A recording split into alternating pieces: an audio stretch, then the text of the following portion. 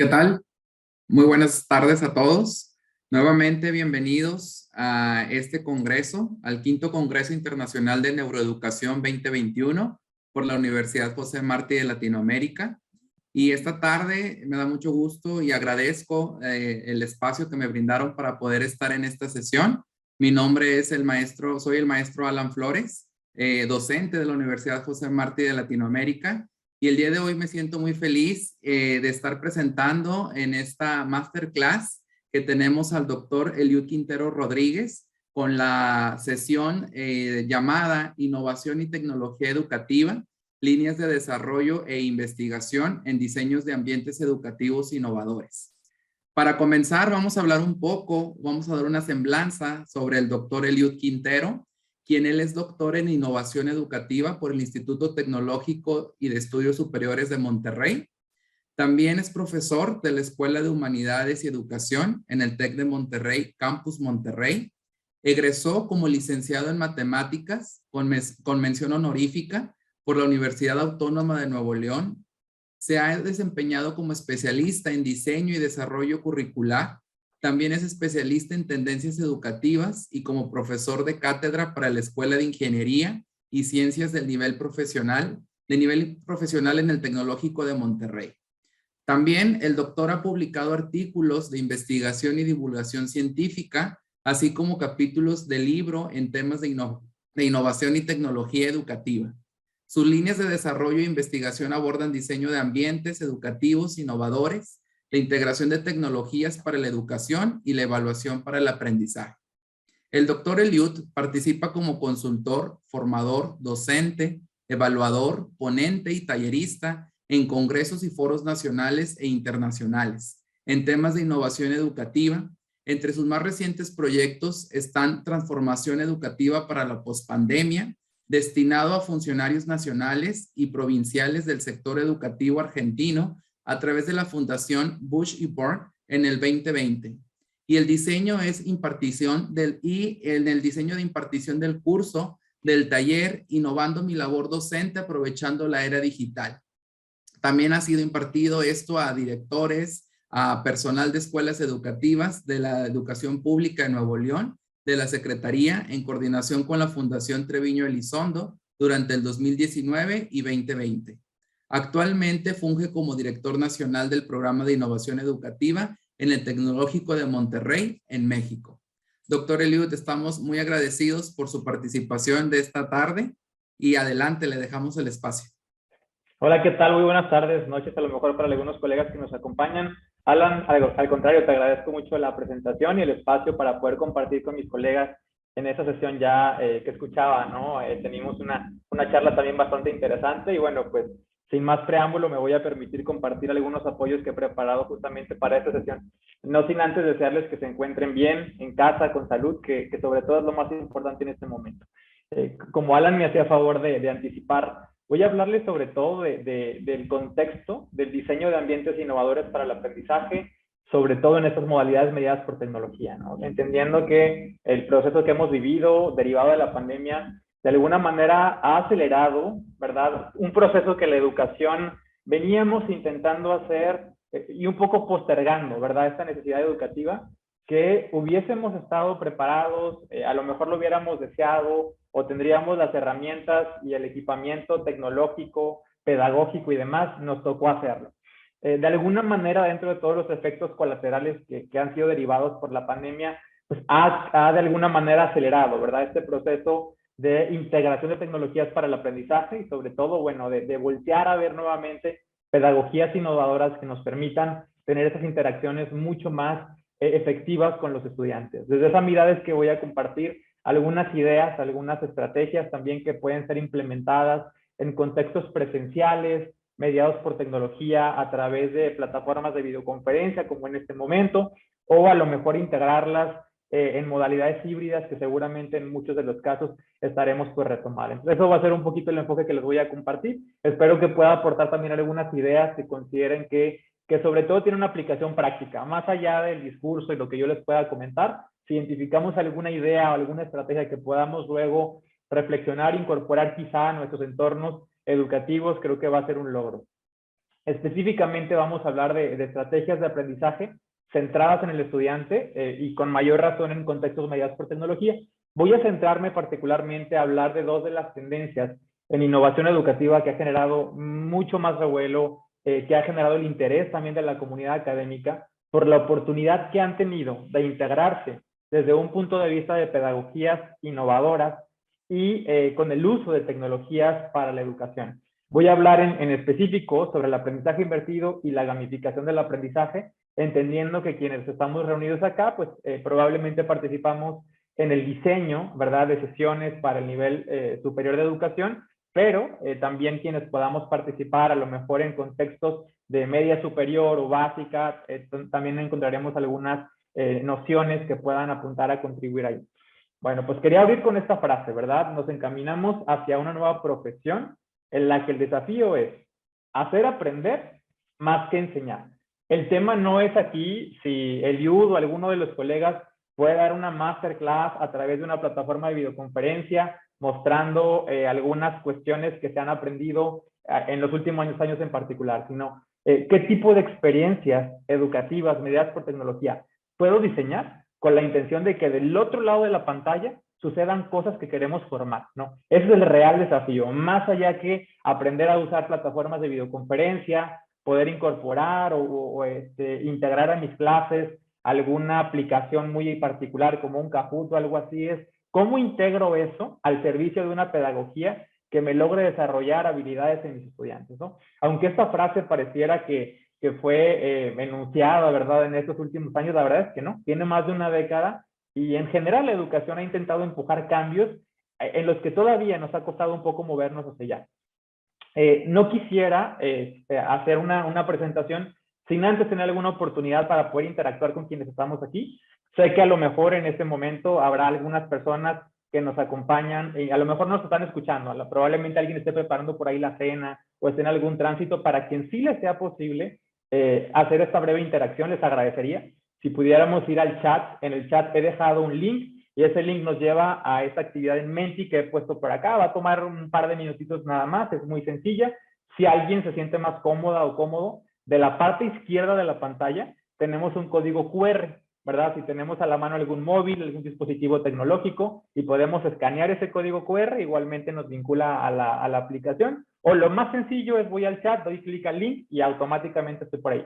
Ya me di cuenta que hay algunas personas que estamos aquí, colegas, que ya nos mandaron señales virtuales, ¿verdad? Si pueden ahí dar un like, un gatito, una pregunta, un corazón, estaría buenísimo para saber que ya estamos por aquí interactuando, a quienes les sea posible. Quien no se preocupe, puede seguir la interacción, ya que voy a compartir la pantalla. O bien, si desean usar el chat también para hacer algún comentario sobre la información que vamos a compartir, es totalmente bienvenida. Muy bien, bueno, pues fíjense, les comento que para mí es muy difícil iniciar una conversación en una clase, en un taller, en una charla entre colegas quizá informal, sin antes indagar un poquito cómo estamos en este momento, ¿no? Sé que es una jornada intensa, larga, estamos ya en la tarde-noche terminando probablemente un ciclo de actividades. Aún así, me es muy relevante sondear cómo nos encontramos en este momento. Les comparto que en alguna ocasión en un taller, una colega levantó la mano y me dijo, oye, Eliud, me parece que esta actividad me viene bien porque me parece que es un acto de cortesía, ¿no? Antes de empezar las actividades. Francamente, digo, claro, nos presentamos y nos saludamos y nos preguntamos cómo estás, pero más que un acto de cortesía es pedagogía pura. La neuroeducación, justamente el foco, ¿no? El enfoque de este congreso, es una de las ciencias que nos ha venido a revelar, ¿no? O a enfatizar esa relación tan estrecha que hay entre la cognición y la emoción. ¿Cómo estoy? ¿Cómo me siento? Predispone en gran medida qué es lo que puedo aprender y cómo puedo aprenderlo, ¿no? Entonces, más allá que preguntar cómo estamos, realmente es un interés genuino para determinar en qué condiciones estamos para poder apropiarnos de un conocimiento. Especialmente en sesiones mediadas por tecnología, en la que nuestros estudiantes probablemente perciban esas interacciones como algo un poco más frío, ¿no? Más despersonalizado. Bueno, ¿cómo puedo recuperar de nuevo ese contacto con el estudiante que le haga sentir que estoy cerca, que me importa cómo está y que puedo trabajar en consecuencia? Esta imagen que les estoy compartiendo a continuación, seguramente muchos relacionaron, ¿verdad? Que tiene que ver un poco con este método de Ruler, en el que nos permite de alguna manera identificar la emoción que está presente en mí y después expresarla. Este formato que estoy utilizando sobre todo se utiliza más en el contexto de la educación básica. ¿Por qué? Bueno, ustedes pueden observar aquí que tenemos a lo mejor algunos emojis que hacen relación a poder identificar emociones desde el reconocimiento de las expresiones faciales, a medida que nuestros alumnos son un poco más grandes, ¿verdad? Adolescentes, a los alumnos que tenemos en la universidad, bueno, esos cuadrantes que se dibujan conforman celdas en las que colocamos palabras que hacen referencia a las emociones. O sea, queremos dotarlos de un vocabulario emocional que nos permita interpretar, reconocer y en determinado momento también regular las emociones. Algo que es importante comentar con nuestros estudiantes es que el reconocer, ¿verdad? Que a lo mejor en este momento estoy molesto o molesta o que me siento abrumada, triste o a lo mejor eufórico, muy alegre o tranquila, tranquilo, en paz, son emociones, ¿no? Y son nuestras y son válidas y no están a juicio, ¿no? Sino que es parte de ese proceso que queremos desarrollar con los estudiantes. Bueno, incorporamos esto y quería hacer una pregunta también. Desde esta primera idea, porque la vamos a sintetizar en una palabra, si tuviéramos que elegir dentro, a lo mejor, de esa receta que como docentes podríamos, ¿verdad?, compartir, ¿cuál sería el ingrediente especial, el ingrediente que no puede faltar para que el aprendizaje suceda? ¿Qué diríamos? ¿Ok? ¿Qué sería aquello fundamental para que el aprendizaje con nuestros estudiantes pueda desarrollarse? Aquí les invitaría en este ejercicio de síntesis, a lo mejor a seleccionar de esa larga lista de requisitos y de infraestructura y de situaciones, ¿verdad?, que serían deseables que ocurrieran, ¿qué sería lo más importante?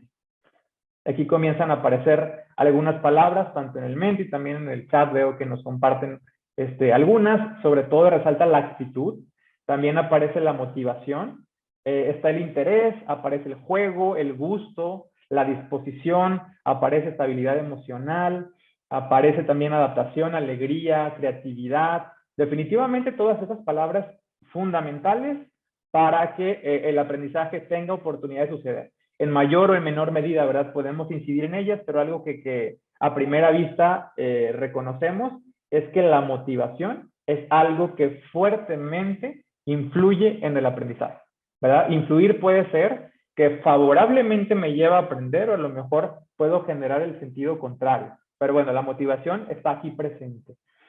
Como yo voy a abordar algunas ideas fundamentales de algunas estrategias, ¿verdad?, de aprendizaje activo mediadas por tecnología, es de mi interés conocer, bueno, qué tan familiarizadas o familiarizados estamos con esos conceptos sobre los que de manera muy general y algo ágil también hemos escuchado. ¿Qué tan familiarizados estamos con el aprendizaje activo, con lo que compete a la gamificación del aprendizaje, lo que tiene que ver con el aprendizaje invertido? En una escala de 1 a 5, en donde 1 es nada, o sea, esto es completamente nuevo para mí, lo cual dudaría, ¿verdad?, para quienes estamos acá especialmente, o 5, que significa bastante, probablemente tengo tanto contexto de ello que hasta lo aplico, ¿verdad?, y lo implemento y hago dinámicas que tienen que ver con eso.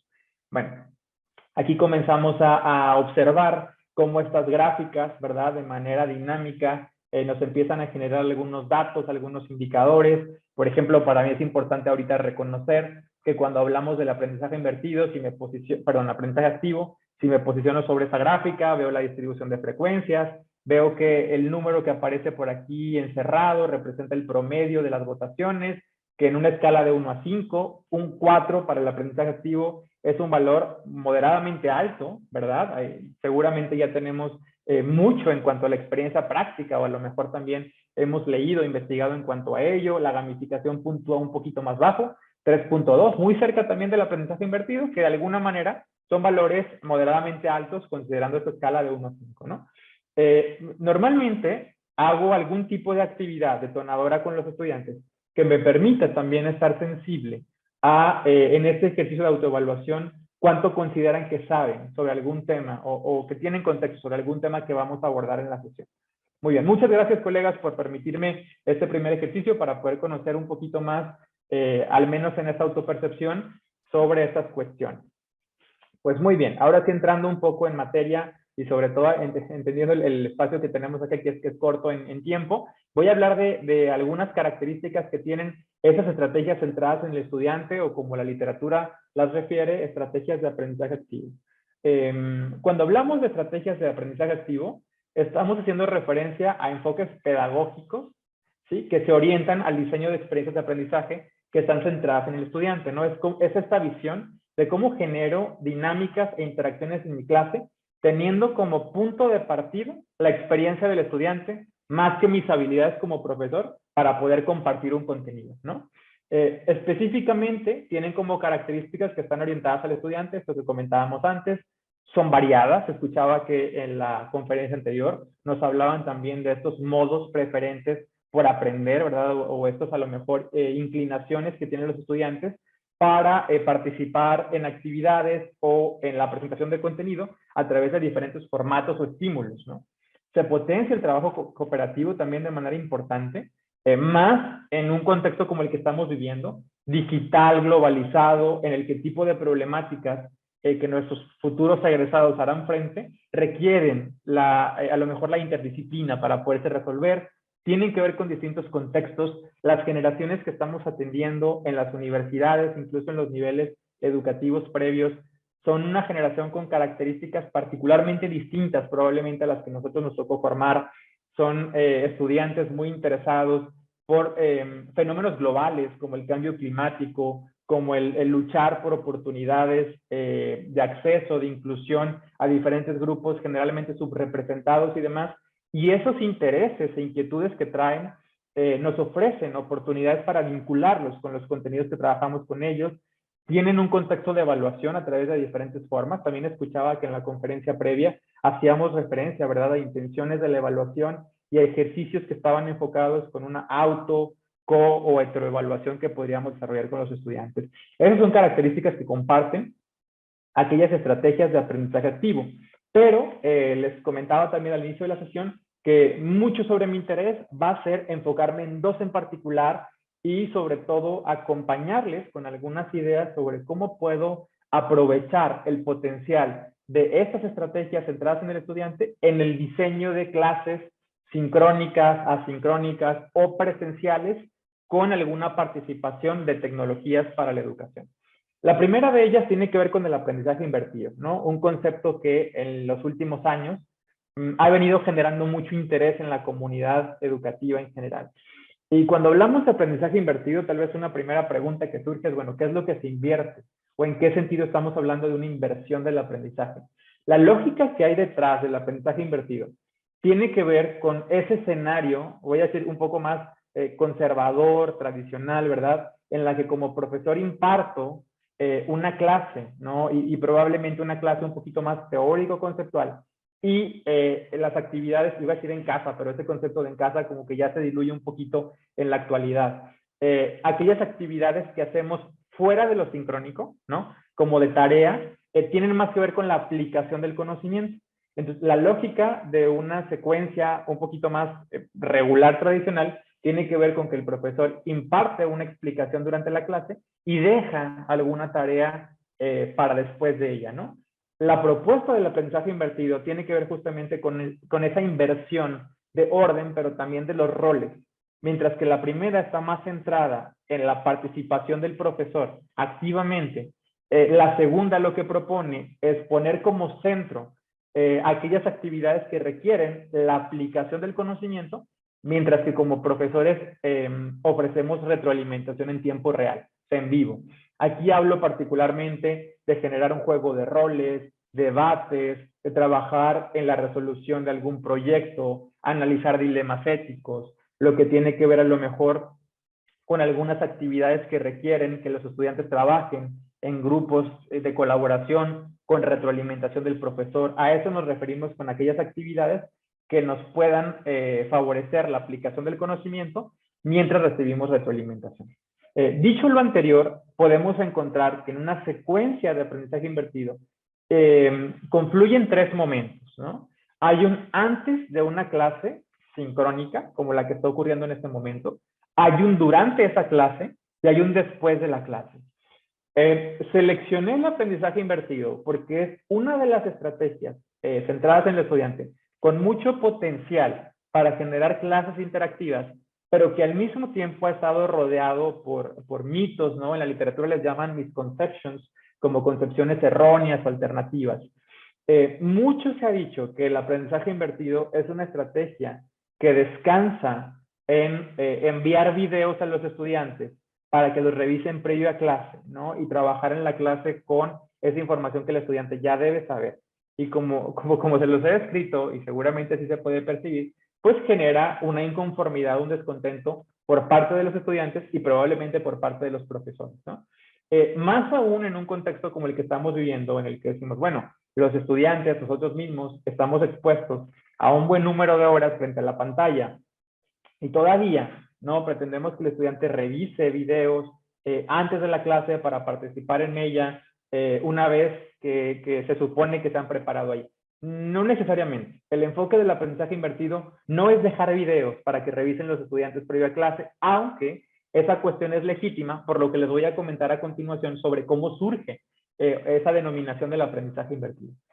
En términos simples, el aprendizaje invertido tiene esa estructura de un antes, un durante y un después, porque tiene una propuesta de actividades que se realizan con la intención de que la dinámica de una clase sincrónica fluya con la participación del estudiante, mientras el profesor puede acompañar en la aplicación del conocimiento. En el antes de la clase, se espera que el estudiante sí tenga una preparación o una sensibilización previa sobre un contenido que se va a trabajar durante la clase. El profesor puede ofrecer algún recurso especialmente tecnológico, ¿verdad? Que le permita tener a lo mejor como un ejercicio diagnóstico sobre lo que los estudiantes conocen antes de una clase. Ahora, quiero hacer aquí una aclaración. Eso no significa, por ejemplo, que si en mi próxima sesión vamos a trabajar con la resolución de ecuaciones cuadráticas, ¿no? Por poner un ejemplo, o a lo mejor el tiempo pretérito para una clase de gramática de inglés significa que yo vaya a dejar a los estudiantes a revisar un material de lo que voy a abordar en la próxima clase. No necesariamente es eso. Regresando a este ejemplo de si voy a tener que resolver ecuaciones, ¿no? O algo a lo mejor más simple, como imaginemos que en mi próxima sesión mis estudiantes van a trabajar sobre el algoritmo para una división. Yo de antemano sé que para que mis estudiantes puedan participar en esa sesión que tiene que ver con la práctica del reparto, ¿no? Y de lo que implica la división en su algoritmo, probablemente ellos vayan a requerir tener muy bien dominado, ¿no? O con cierta fluidez sumas y restas. Entonces, yo como profesor, algo que puedo hacer es identificar cuál es ese conocimiento mínimo básico requerido para que una clase sincrónica, con el escaso tiempo que tengo para ello, fluya de la mejor manera. En la respuesta a esa pregunta, ¿qué conocimiento mínimo básico requiere un estudiante? Es lo que normalmente se recomienda que vaya aún antes de la clase, ¿verdad? Y eso puede significar que a lo mejor como profesor puedo tener algún repositorio, alguna bibliografía, algún PDF, alguna infografía, algún video que efectivamente puede trabajar con los estudiantes, ¿no? Puede ser una referencia para que los estudiantes, digamos, refresquen esas ideas para entonces preparar el camino del durante la clase. En el durante la clase, lo que se espera es que podamos aplicar estrategias centradas en el estudiante, método de casos, aprendizaje basado en problemas, en proyectos, aprendizaje basado en investigación, la gamificación del aprendizaje, el design thinking, estrategias en donde nos permita nuevamente generar actividades de aplicación del conocimiento y los profesores podamos participar activamente con el estudiante. El después de la clase me permite hacer alguna actividad de reforzamiento, ¿no? Alguna actividad que sirva como para consolidar aprendizajes que se trabajan durante las sesiones. Evidentemente, este esquema implica un cambio cultural, ¿no? No es sencillo a lo mejor implementarse en la primera vez, tampoco se sugiere que se haga todo el curso, ¿no? A través de aprendizaje invertido o que todas las clases lo sean. Una recomendación es que como docentes podamos identificar qué tipo de clases se pueden beneficiar más con la oportunidad de aplicar el conocimiento y poder dar retroalimentación en tiempo real. Si yo identifico algún contenido que potencialmente requiere, ¿no? Estas situaciones que describía, es algo que se podría beneficiar del aprendizaje invertido, ¿cierto? Entonces, en síntesis, no se propone que de hecho, ni esta ni cualquier otra estrategia de aprendizaje activo se implemente en todas las clases y de un solo golpe sino que sea un proceso gradual, como todo, ¿no? En lo que nos vayamos sintiendo más cómodas o cómodos a medida que lo implementamos. Durante mucho tiempo, ¿no? Años en la literatura se discutía si lo mejor es que se generen videos por parte del profesor o a lo mejor los cure por ahí disponibles en la red, este concepto de curaduría, ¿no? Que tiene que ver con el proceso de seleccionar, identificar, poner a disposición, compartir algún recurso, sobre todo digital, a disposición de los estudiantes o si el profesor debería producir. Eso nos llevó un buen tiempo en la discusión y en el debate académico. Y es importante, ¿no? Es importante definitivamente esa selección y a lo mejor esa disposición de los estudiantes para poder participar en esos materiales. Pero lo central tiene más bien que ver con cómo aprovecho ese tiempo que liberé de una sesión sincrónica para trabajar con mis estudiantes. Yo estoy seguro que si en este momento yo hiciera una encuesta, ¿no? Para todos quienes estamos aquí presentes y preguntara, ¿quién tuvo una experiencia con algún profesor o profesora en su educación profesional o previa que le dijo antes de la próxima clase, vas a leerte el libro de texto de la página 50 a la 84 y es casi creo que el pase de entrada para la siguiente sesión? Muchos, ¿no? Me atrevería a asegurar quizá que todos los que estamos acá tuvimos alguna experiencia así. Aunque eso de alguna manera va en la línea de lo que el aprendizaje invertido sugiere, no es exactamente eso.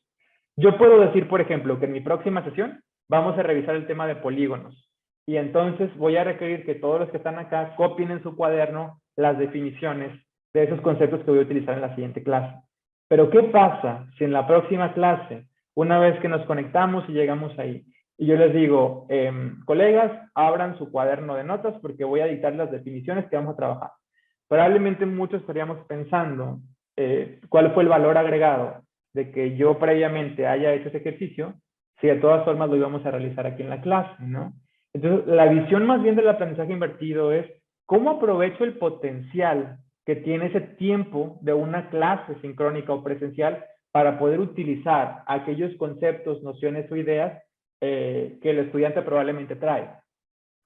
Por ponerles otro ejemplo, ¿no? A lo mejor en la siguiente sesión vamos a generar un debate en el que voy a dividir este grupo en dos y uno va a plantear argumentos por los cuales toda la población debería estar vacunada y que a lo mejor todas aquellas actividades públicas debieran requerir que tuviéramos un documento que avale la vacuna.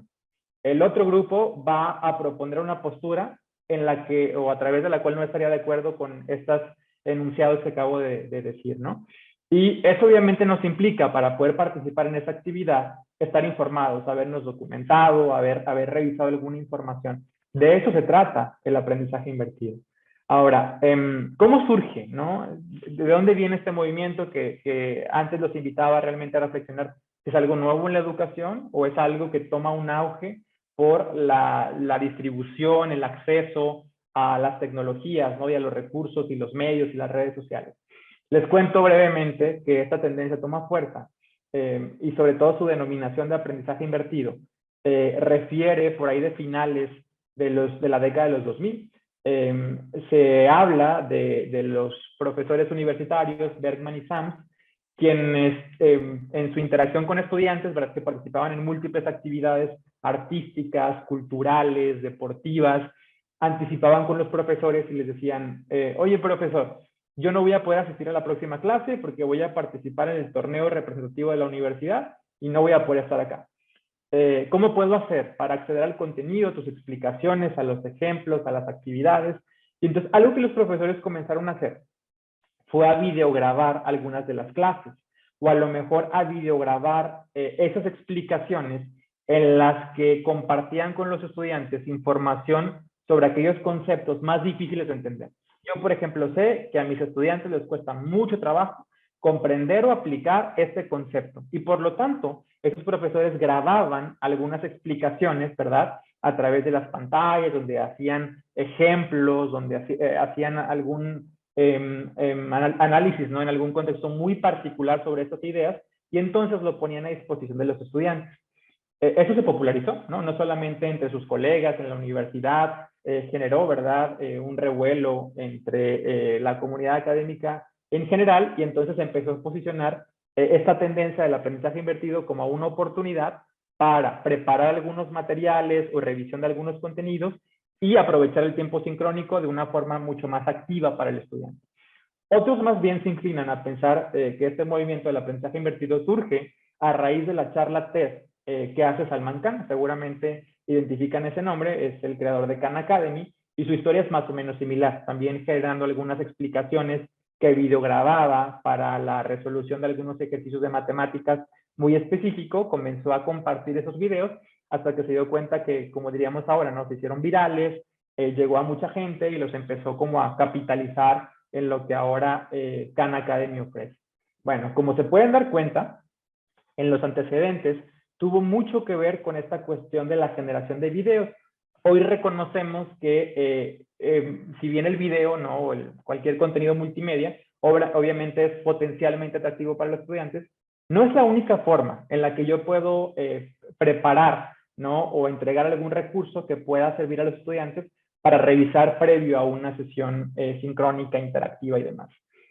Una vez que como profesores, ¿no? Y como estudiantes participamos en esta nueva dinámica o en este cambio cultural, este cambio de trabajo, uno se pregunta, bueno, ¿y qué contenido es mejor invertir? ¿No? En dado caso que yo vaya a implementar para esta clase el aprendizaje invertido, lo que se recomienda es que la revisión de contenido previo sean definiciones, sean ejercicios de práctica, sean actividades que implican copiar, ¿no? Algún ejercicio que se resuelve en tiempo real. ¿Qué es lo que se recomienda?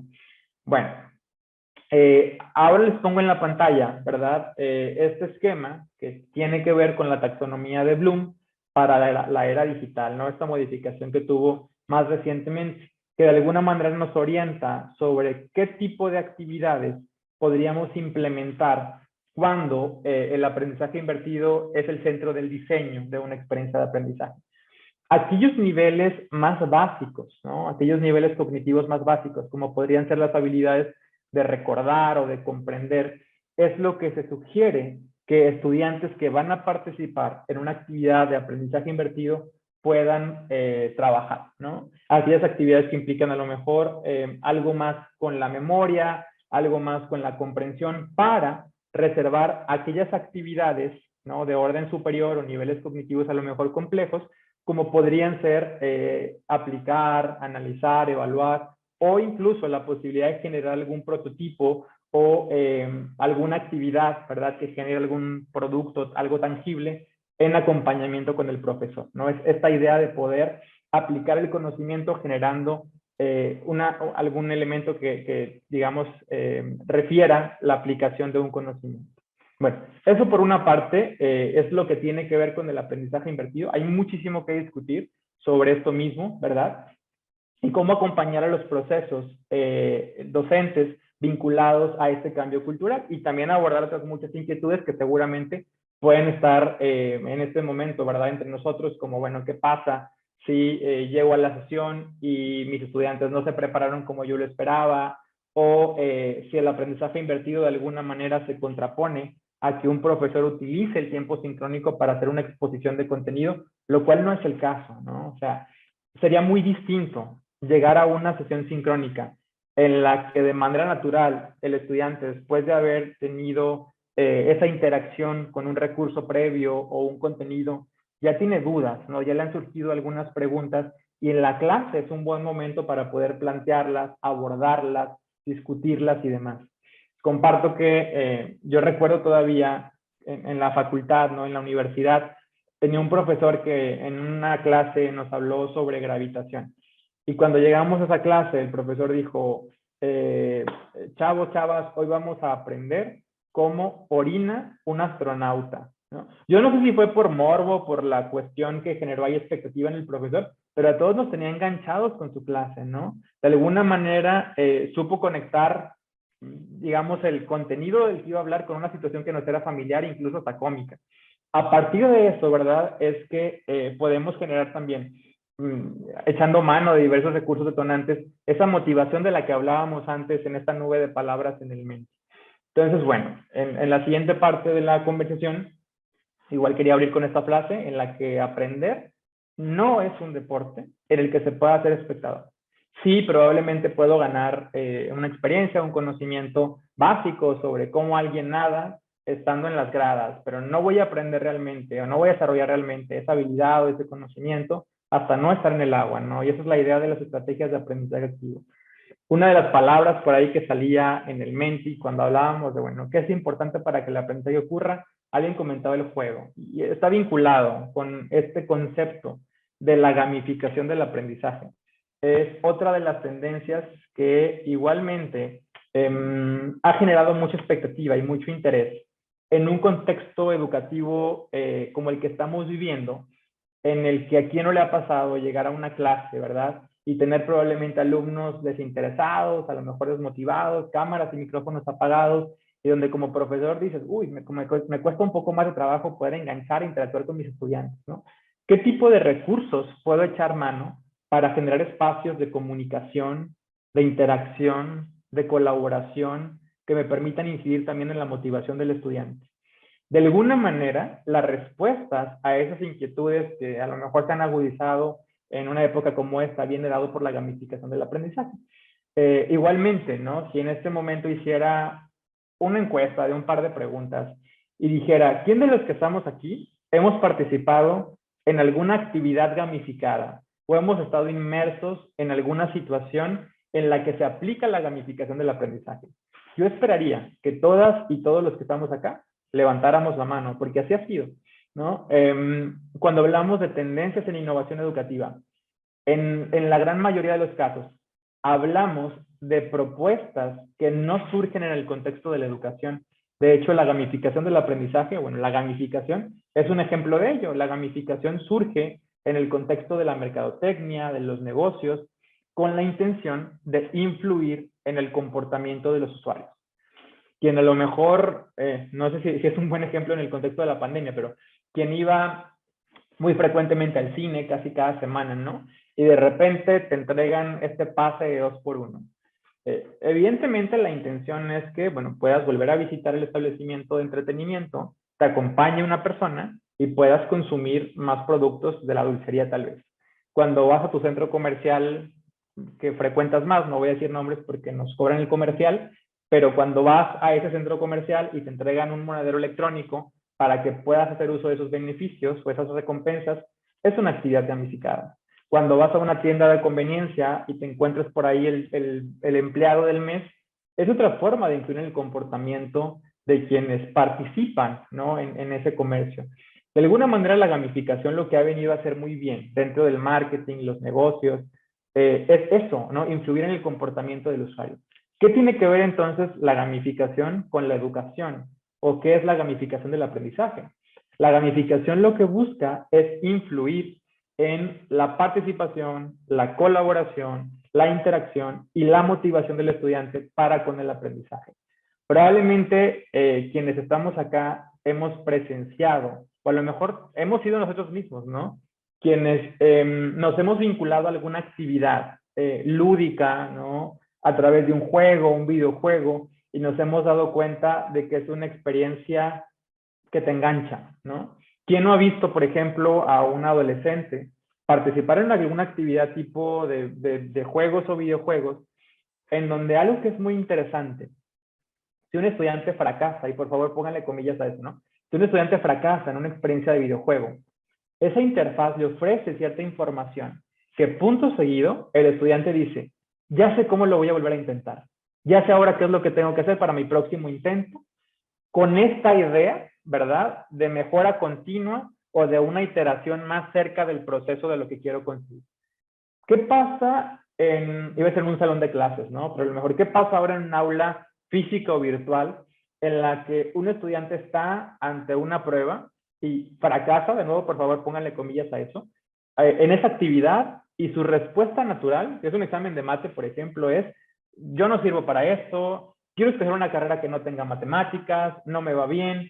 Y es muy curioso porque al final del día está presente ante una actividad que le demanda hacer uso de sus conocimientos y habilidades, pero las respuestas, pues, evidentemente van en direcciones opuestas, ¿no? ¿Qué es aquello que los diseñadores de experiencias de juegos o videojuegos hacen tan bien, que logran atraer a los participantes, que los mantienen enganchados, que les ofrecen cierta información que les permite mejorar su próximo intento, ¿no? ¿Qué es aquello que les permite ver a esos entornos lúdicos como un entorno y un ambiente seguro para aprender? Y la educación no exactamente ha ido en esa línea. ¿Quién de los que están aquí no ha tenido una experiencia, y comparto una propia, en la que tenías un profesor o profesora, lo recuerdo, ¿no? El primer día de clases me dijo, todos los que están acá tienen 100 de calificación el primer día. El resto, a lo largo de mi curso, es poder mantener ese 100, porque conforme yo voy haciendo preguntas y pidiendo actividades, quien falle, van a ir 3 puntos menos, ¿no? Entonces vamos a ver a la mitad del curso quién todavía tiene oportunidades de pasar. Y es ver, ¿no? Esta manera de la evaluación en específico como algo punitivo, ¿no? Como aquello que debiera ser esta lucha, ¿no? Entre lo que el profesor Fabio juzga y lo que el estudiante domina. Y cómo los entornos de aprendizaje basados en juegos han hecho tan bien para generar en el estudiante este avance seguro con su aprendizaje. Bueno, y es que la gamificación del aprendizaje, digamos, comparte, ¿verdad?, sus raíces con otras estrategias centradas también en el estudiante que tienen que ver con lo lúdico, ¿no? Y con lo lúdico me refiero a esa inspiración que tienen por los juegos.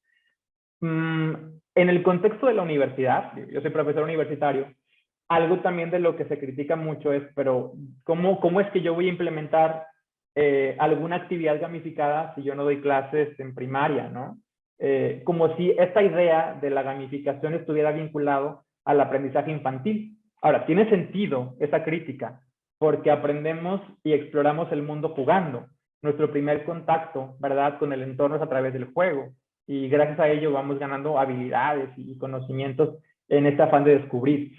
Sin embargo, la gamificación no es el uso de juegos para aprender, ¿no? Para enseñar. De hecho, eso tiene su nombre y como este mismo lo indica, el aprendizaje basado en juegos sí es el uso de juegos como forma de instrucción. A lo mejor si yo soy un profesor de historia o de inglés y uso esas cartas, ¿no? El juego de memoria o memorama, en donde voy descubriendo pares y a lo mejor identifico que este concepto se relaciona con esa definición y tengo ahí la pareja, ¿verdad? El uso de juegos como forma de instrucción es el aprendizaje basado en juegos, pero eso no es la gamificación del aprendizaje. Más bien la gamificación del aprendizaje tiene que ver con este uso de principios o elementos de juego para fomentar la participación y motivar el aprendizaje a través de una situación que no es un juego, pero que tiene inherentes o que tiene dentro elementos que promueven esas formas de interacción con los estudiantes. Me refiero particularmente, como lo voy a describir a continuación, a la retroalimentación personalizada, frecuente, oportuna, la colaboración, la competencia, la libertad para decidir, la libertad para equivocarte, la sorpresa, la narrativa o el storytelling. Tiene que ver con esos elementos que están presentes en entornos lúdicos que pueden favorecer, ¿verdad?, esa motivación de la que hablábamos al principio para el aprendizaje, que de hecho lo declarábamos como ese elemento indispensable para que el aprendizaje ocurra. Es distinto también a los juegos serios. Esos juegos serios hacen más bien referencia a esas experiencias inmersivas, tecnológicas, que simulan la realidad. Algunos ejemplos que puedo dar de juegos serios, un simulador de vuelo, ¿no? Por obvias razones no entrenamos a los pilotos en un avión con tripulación y pasajeros, por el riesgo que hay mientras están aprendiendo, ¿no? Pero lo que sí hacemos es trabajar el desarrollo de habilidades que simulan la realidad a través de visores, por ejemplo, de realidad virtual, donde se recrean turbulencias, movimientos, etcétera. O lo que los médicos hacen actualmente para incorporar realidad aumentada, en la que los alumnos futuros médicos manipulan órganos, estructuras óseas que pueden manipular, seccionar y demás. O lo que hacen, por ejemplo, en el campo de la psicología, en donde también trabajan con realidad virtual, con pacientes que a lo mejor tienen algún trastorno, ansiedad y quieren de alguna manera provocar situaciones para después incidir en ellas, ¿no? Todo ello hace más bien referencia a juegos serios. Los juegos serios, de hecho, tienen la característica de que una vez que se diseña ese recurso, para esa habilidad en particular, es muy difícil usar un juego serio en otro contexto distinto del que fue creado. Es por ello que la gamificación es como esa estrategia muy flexible, que se puede adaptar para diferentes niveles educativos y disciplinas. Ahora, esperaría que algo que tal vez esté en este momento en nuestra mente es, bueno, si quisiera diseñar alguna actividad, ¿no? O alguna clase, algún curso que tuviera como base la gamificación del aprendizaje, pues qué elementos debo incorporar, ¿no? ¿Cuáles son los elementos que se sugiere incorporar en un diseño gamificado? Y los hay. De hecho, el conjunto de elementos que a continuación voy a describir no son todos. Es decir, esta lista o esta presentación no tiene un conjunto de elementos exhaustivos, sino son sobre todo aquellos que suelen utilizarse en mayor medida. Y se hace referencia, por ejemplo, a un aprendizaje orientado a metas, un aprendizaje situado, ¿cierto? Cuando los participantes, adolescentes, tienen, ¿no?, esta interacción en un entorno gamificado o inspirado en videojuegos, tienen claro qué es lo que hay que lograr, ¿no? En la medida en la que en nuestras clases, en las actividades, en el diseño de nuestros cursos, al estudiante le quede claro qué es lo que va a aprender, qué habilidad va a desarrollar, es mucho más fácil entonces actuar en consecuencia para implementar estrategias que nos permitan que generen esas competencias o aprendizajes esperados como lo estemos considerando. Otro elemento es la libertad para elegir. Si, por ejemplo, soy un profesor que da una asignatura en donde me es muy importante la ortografía y redacción de que el estudiante va desarrollando en el curso, ¿no? ¿Qué tal que si le pido que genere ese ensayo en alguna temática que le sea muy familiar, en alguna temática en la que le gustaría incidir, en la que le gustaría participar, en algún fenómeno global que en este momento los estudiantes piden voz, ¿no? Para poder hablar y discutir sobre ello? Y entonces es donde yo puedo también tener oportunidad para retroalimentar o evaluar aquellas habilidades que me gustaría que los estudiantes fueran ganando en esos espacios en los que tienen oportunidad también de decidir. Las actividades gamificadas tienen recompensas también, de alguna manera abonando a esta retroalimentación, ¿verdad? Y sobre todo a esa motivación tal vez sí extrínseca, en la que los juegos, bueno, pretenden motivar al estudiante a participar en actividades, igualmente el progreso. Algo que está muy presente y muy arraigado en esos entornos gamificados es que me queda claro la ruta y la distancia que tengo del aprendizaje que estoy generando a qué que quiero conseguir, ¿no? A lo mejor en términos de lo que Vygotsky diría, es un proceso muy andamiado para que el estudiante vaya gradualmente desarrollando esas habilidades que como profesores nos interesa. Igualmente está presente esa narrativa o el storytelling, aquello que rodea o contextualiza el aprendizaje. La neuroeducación justamente nos ha dicho que un aprendizaje es más efectivo cuando damos oportunidad para anclar esas ideas en alguna experiencia, cuando tengo oportunidad para poder hablar de ese aprendizaje en el contexto de una situación, ¿no? Uno de los elementos muy presentes en el diseño de actividades gamificadas es la retroalimentación personalizada, frecuente, oportuna, ¿no? La gamificación aprovecha, sobre todo en modalidades como las que estamos trabajando ahora, el que tenga oportunidad de generar una actividad en algún Kahoot, en algún Menti, en alguna aplicación diversa que me permite tener retroalimentación en tiempo real de mis estudiantes, ¿no? Que me permite tener alguna información sobre cómo vamos avanzando en la presentación o la comprensión de algún concepto, de alguna idea. Es una retroalimentación oportuna, ¿no? Porque en este momento, si yo observo al aplicar una encuesta que la mayor parte del grupo toma una alternativa que no es la que yo esperaba como correcta, lejos de alarmarme, me da oportunidad para poder analizar, entender mejor, discutir, profundizar en esas ideas. Un aprendizaje gamificado también permite la colaboración o la competencia. Si muchos, tal vez algunos consideramos que estamos formando o incidiendo recurrentemente en un contexto muy competitivo, bueno, la gamificación ofrece también oportunidades para fortalecer estrategias de aprendizaje cooperativo. Otro de los elementos que está presente es la libertad para equivocarse. El diseño de una actividad gamificada tiene como característica que el error es visto como parte del proceso de aprender. No es punitivo en esencia. El error es algo que se espera, pero también esa reflexión en torno a, bueno, ¿qué fue lo que tal vez generé, propuse, manipulé? ¿Por qué el resultado no es consistente con la realidad o con algo que era de esperarse? Y discutir con base en ello para entonces hacer ajustes y volver, ¿no? A intentar una solución. Decía que el juego es un espacio seguro para aprender para los participantes. Las actividades gamificadas incorporan restricciones, restricción de tiempo en particular. Si ustedes observan, cuando un estudiante participa en ese tipo de dinámicas, pues hay cronómetros o hay elementos que dan restricciones, ¿verdad?, al sistema.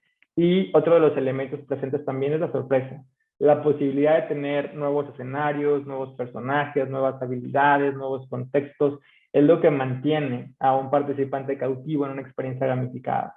Hay plantillas, ¿no? Hay elementos que nos permiten gamificar, como les comentaba, no es necesariamente, mejor dicho, no es el llevar juegos a la clase o el presentar contenidos que a lo mejor como profesor de universidad me puedo sentir un poquito más incómoda o incómodo, ¿no? Sino es cómo incorporo esos elementos que sé que motivan el aprendizaje o que favorecen la interacción o la colaboración o la comunicación con mis estudiantes.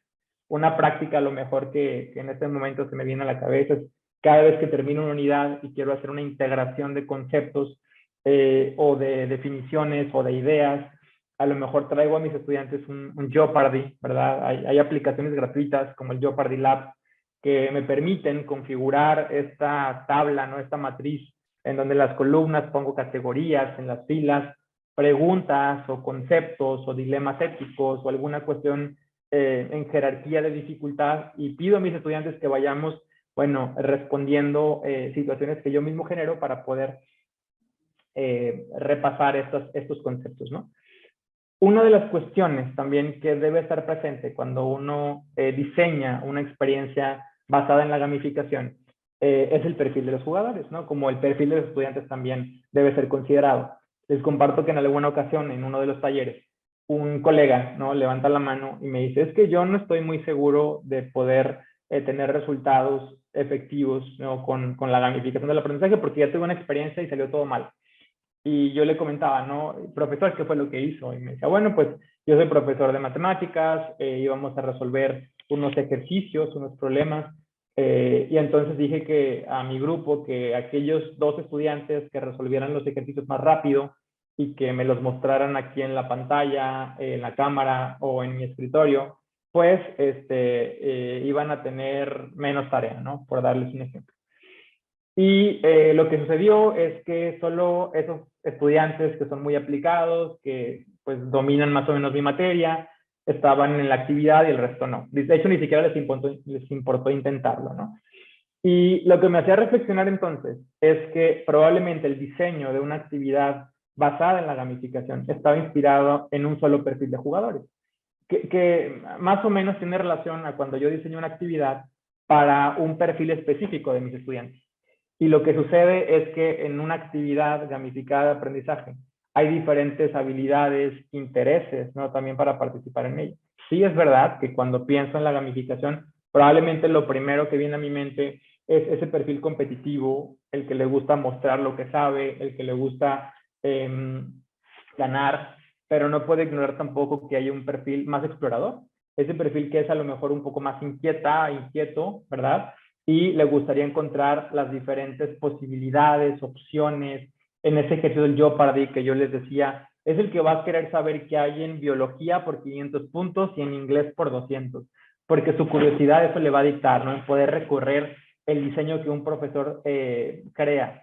Está el perfil socializador, es ese tipo de estudiantes que tal vez hoy más en día valoran mucho la interacción social, valoran mucho oportunidades para poder compartir, para poder ayudar, aprender del otro, que les gusta pedir ayuda, que les gusta tener momentos en los que puedan discutir formal o informalmente sobre lo que hablamos en la sesión. También tenemos un perfil que es más pensador, ese perfil que es muy creativo, ¿no?, que va a buscar dar respuesta a esas preguntas, inquietudes, aquello que como profesores nos interesa que se aprenda, pero disfrazado un poquito, a lo mejor en alguna cuestión tipo acertijo y demás que les demande curiosidad o creatividad para poderse resolver. En la medida en la que yo diseñe una experiencia que incorpore diferentes perfiles de estudiantes, es más probable, ¿no?, que tenga éxito en el diseño de esta actividad, ¿no? Un poco en referencia a lo que yo les comentaba. Y bueno, pues sé que el tiempo que teníamos para poder compartir es muy cortito, entonces estas fueron algunas ideas que quise detonar aquí con ustedes. Y sigo por acá por si hubiera algunas preguntas o comentarios que les gustaría compartir y que discutiéramos juntos por acá todavía. Y muchas gracias por su atención. Muchas gracias, doctor Eliud, por tu ponencia. La verdad, yo creo que es un tema que sí está muy actualizado a lo que el día de hoy tenemos como necesidad dentro de las aulas. Y tenemos un par de preguntas. Para comenzar con la primera pregunta, nos mencionan de qué manera podemos utilizar Google Workspace para el aprendizaje invertido. Bueno, más que a lo mejor hablar en particular de alguna aplicación, ¿verdad?, que pudiéramos utilizar, yo lo que recomendaría como profesores es posicionarnos más bien desde la pedagogía más que en la tecnología, ¿no? Para poder incidir en esta idea que hemos venido repitiendo de que el recurso tecnológico va a ser un medio para poder apoyar la pedagogía que quiero que ocurra con los estudiantes. Si quiero implementar el aprendizaje invertido, Alan, colegas, me gustaría invitarles más bien a pensar desde la lógica de un diseño centrado en el estudiante y en consecuencia poder utilizar alguna aplicación o alguna herramienta que me apoye a esa interacción con el estudiante. Dicho de otra forma, planeo que el aprendizaje invertido puede apoyar al desarrollo de mi sesión. Entonces digo, bueno, ¿qué tipo de clase me permite dedicar un tiempo sincrónico a la aplicación del conocimiento, a lo mejor a trabajar proyectos, a hacer un juego de roles, a analizar dilemas éticos, a generar algún prototipo digital o físico si ya estoy en el salón de clases? Y entonces hacer este ejercicio reflexivo de, bueno, ¿qué sería recomendable que mi estudiante supiera o dominara para participar en esa clase, ¿no? Y algo que es importante también tener en consideración es que una vez que yo hago ya esa reflexión de, bueno, ¿qué sería importante que el estudiante dominara? Ahí sí, puedo buscar a lo mejor un Google Workspace, alguna aplicación que igualmente me pueda contribuir a poder monitorear el avance del estudiante. Creo que aquí va a ser importante en el antes de la clase, el que yo tenga sensibilidad sobre qué es lo que mi estudiante o mis estudiantes saben, dominan, que yo pueda identificar únicamente quién revisó los materiales a través de esta aplicación o no, y también tenga sensibilidad sobre aquellos que respondieron y que no acertaron, ¿no? Que no, tal vez no respondieron lo que yo esperaba. ¿Cómo puedo aprovechar esa información para que en mi sesión sincrónica pueda ahondar en esos conceptos que a lo mejor son erróneos o falta por ahí trabajar un poquito más? Frecuentemente me sucede cuando trabajo con los colegas, ¿verdad?, que surgen esas preguntas que me parecen geniales, que tienen que ver con qué aplicaciones recomiendas, ¿no? O cuál es la diferencia entre incorporar esa tecnología a esta tecnología. Y está muy bien, porque eso nos habla de esa intención de llevar a la práctica esas ideas que son un poco más como en la teoría. Pero nuevamente, mi invitación sería primero a lo mejor a planear o reflexionar en cuanto al propósito vinculado a las competencias, a los fines de aprendizaje, a los aprendizajes esperados, y entonces pensar en alguna tecnología que me ofrezca un soporte, un apoyo para mi interacción. Y entonces es donde digo, Google Workspace podría funcionar perfecto para incorporarse en esa actividad, ¿verdad? Esa aplicación o a lo mejor el Google Slides o el Jamboard o alguna de las herramientas de la suite de Google. Entonces, yo creo que invitaría un poquito a mirar desde ahí y a incorporar tecnologías que puedan apoyarme para esa parte. Finalmente, comentar así rapidísimo, no quisiera tampoco que nos sintiéramos invadidos por la enorme cantidad de aplicaciones y tecnologías que hay. Si en este momento domino 2, 3 con las que me siento cómodo, cómoda, y luego veo un ejercicio que alguien realiza con alguna aplicación que puedo ir incorporando en mi cajita de herramientas digitales como profesor, buenísimo, para hacerlo gradual y poco a poco. Y una vez que regresemos a lo presencial, no desconectarnos de este aprendizaje que hemos adquirido durante ya más de 1 año y medio. Ok, muy bien, muchas gracias. Tenemos otra pregunta que nos dice, ¿cómo manejar una evaluación de exigencia objetiva en las escuelas públicas de una manera invertida o de aprendizaje activo? A esa pregunta me encanta. Yo creo que no podríamos no hablar de estrategias de aprendizaje activo si no tomamos el tema de la evaluación del aprendizaje. Una de las inquietudes más grandes que ha estado presente y que continúa, ¿no? Ahora que transitamos hacia lo digital o entornos mediados por tecnología es, bueno, ¿y cómo sé que mis estudiantes están aprendiendo, ¿no? Es más, ¿cómo sé que están ahí? Justamente el aprendizaje invertido nos ofrece diferentes momentos, ¿no? O espacios para ver la evaluación desde el punto de vista de la retroalimentación más en tiempo real. El aprendizaje invertido, por ejemplo, en esa secuencia, ¿verdad?, que yo comentaba del antes, el durante y el después, me permite diferentes momentos para poder tener contacto con lo que mis estudiantes están haciendo, y especialmente a través de alguna herramienta tecnológica. Decía, bueno, ¿cómo diseño una evaluación? Al un poco lo de objetivo, me va a costar trabajo poderlo integrar a mi respuesta, porque ¿qué es objetivo en este momento, no? Una prueba estandarizada, incluso lo objetivo ahí sería cuestionable.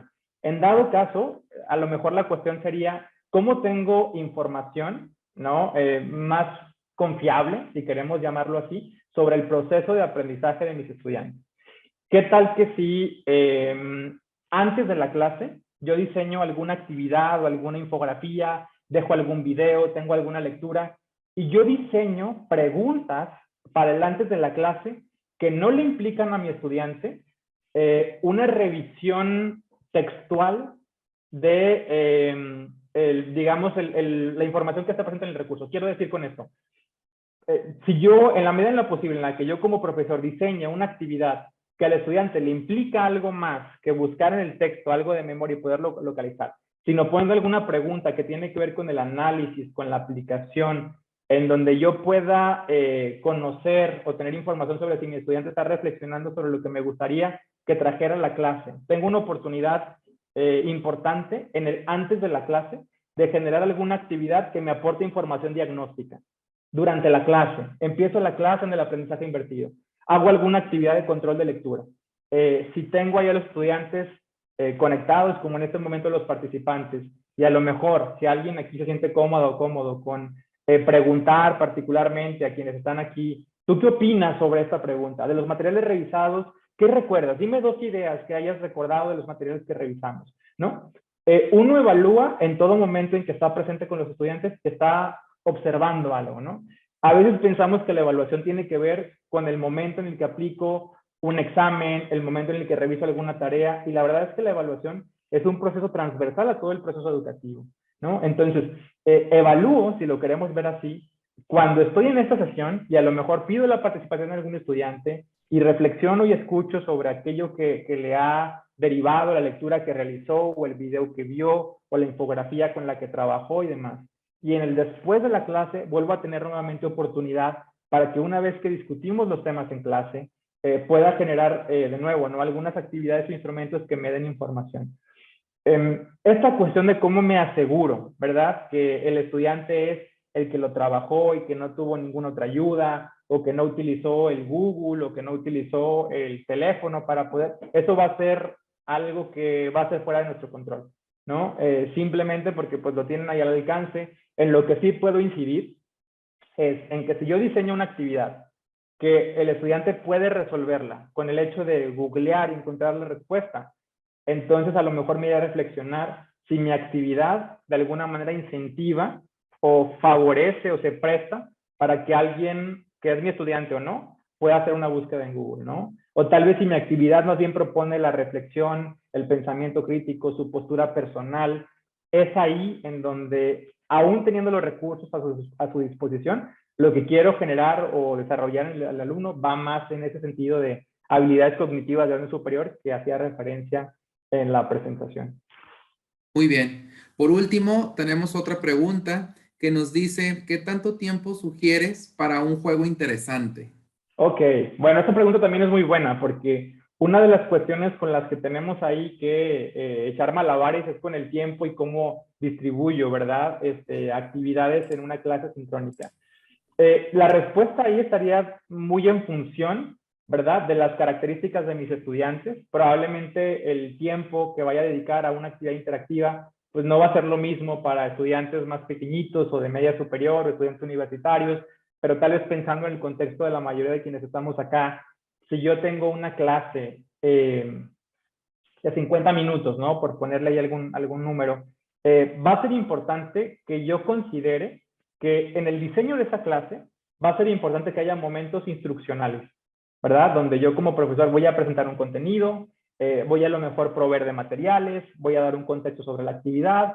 Es importante que en la parte más práctica de aplicación pueda generar actividades que sean individuales, donde el estudiante interactúe personalmente con el contenido, que haya actividades colaborativas, ¿no? Donde a lo mejor en grupos o alguna actividad que les permita discutir, y sobre todo tener un tiempo en la clase para una actividad que sea como integradora, para que al final de la sesión no quede en esta anécdota agradable del profesor nos puso a hacer un juego o una actividad, me la pasé bien, pero no recuerdo muy bien cuál era el propósito, ¿no? Sino en el tiempo que yo tenga para la sesión, a lo mejor si de los 50 minutos la parte más práctica me lleva 20, que es casi la mitad, pero esa inversión de tiempo reditúa en que ese cierre de la clase o esa actividad reflexiva logré detonar ideas en los estudiantes, logramos analizar la esencia, ¿no? Del contenido del tema,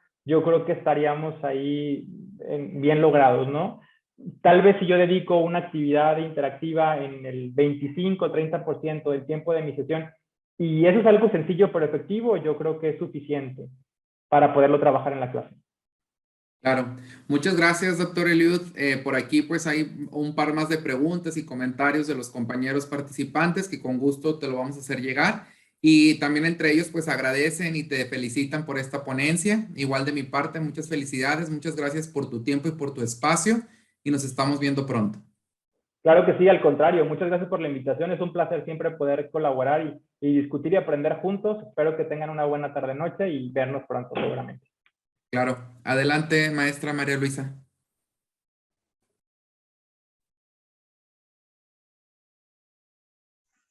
Ay, bueno, pues muy bien, ha concluido otro día más de nuestro 5º Congreso Internacional de Neuroeducación, UMLA 2021. Y pues, ¿qué podemos recapitular de todo esto? Que la doctora Adriana nos llevó justamente a sensibilizarnos con su tema, que la doctora Gloria, Berta Gloria, nos llevó también a concientizarnos con el tema y su especialización, pero definitivamente con el doctor Eliud, pues nos deja con una reflexión todavía más profunda porque nos invita a ir más allá y a todo lo que ha de venir, que es el presente y el futuro, definitivamente, ¿verdad? En cuestiones inimaginables y que nos invitan justamente a recapitular esa parte de la innovación, en todo lo que nosotros ejecutamos, en lo que estamos, en todo lo que llevamos a cabo en el día a día. Y él toca un punto muy importante, porque mañana, que es el día 3 del Congreso, que comenzamos a las 4:30 de la tarde, tendremos el tema de cibernética. Mañana vamos hacia ese otro pilar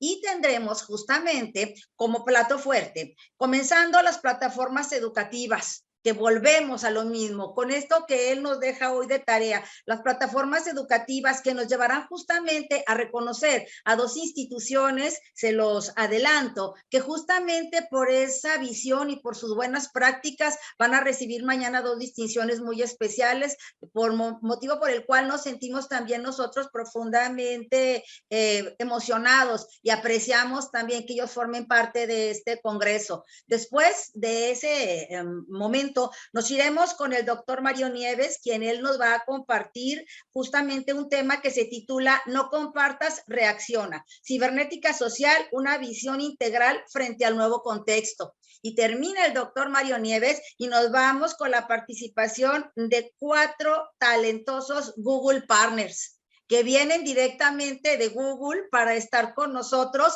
tratando el tema transformación digital en la educación, retos y oportunidades.